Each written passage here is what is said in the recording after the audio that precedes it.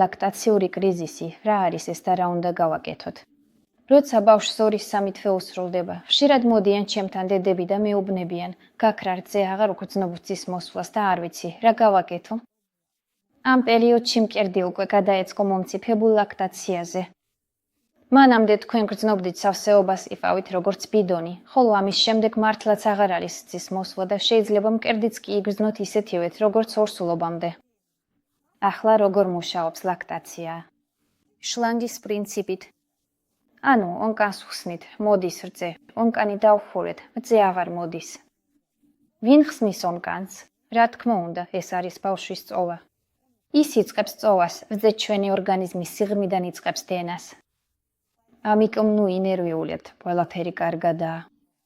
ზრდასრულ ლაქტაციაში უკვე იმდენი რძე გამომუშავდება, რამდენიც ბავშვს სჭირდება. რა ხდება პატარასთან? მას აქვს განვითარების მკვეთრი ნახტომი. გუშინ ამდენი რძე სჭირდებოდა, დღეს კი მეტი. რა უნდა გავაკეთოთ? პირველ რიგში დამშვიდდით. დიახ, ბავშვი იწყებს ყვირილს, ძუძუსთან ცუდად იქცევა, მაგრამ ჩახშირად, ძალიან ხშირად უნდა მივაცვდინოთ ბავშვი ძუძუს. შეგიძლიათ ფეხები ჩაყოთ თბილ წყალში დღის მეორე ნახევარში, ბავშვისთვის ძუძუსთან შესანიშნავი რძის მოზღვავებაა. შეგიძლიათ დაწვეთ აბაზანაში, მოდუნდეთ, დამშვიდდეთ. რა იწვევს იმას, რომ რძე იწყებს გაქრობას? ვაძლევთ გაკინულ რძეს ან ნარევს.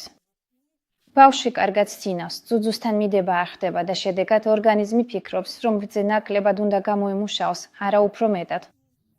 სახელწოდება ლაქტაციური კრიზისის ძალიან აბნევს დედებს. ეს შეცდომაში შეჰყავს, რადგან ეს არ არის ლაქტაციის კრიზისი, ეს უბრალოდ ბავშვის განვითარების ნახტომია.